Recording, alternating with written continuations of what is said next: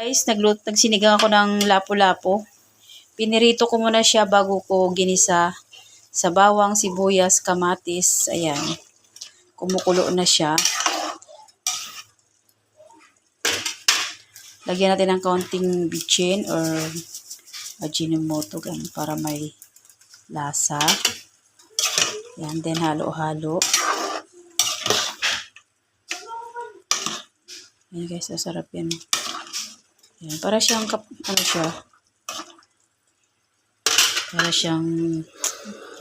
itsura niya parang isdang bato. Tapos lagyan natin ng kaunting patis.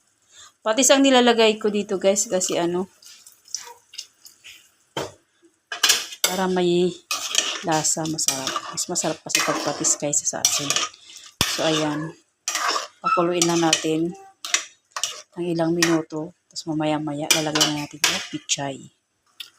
So ayan guys, kumulo na siya. Lagyan na natin yung pichay. Saka alo-aloin natin. Ayan.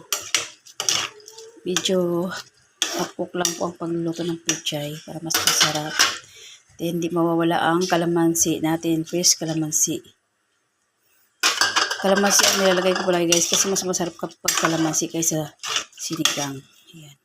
Konting na lang po ito kulo. Tapos patayin na natin. Yan lang po. Salamat.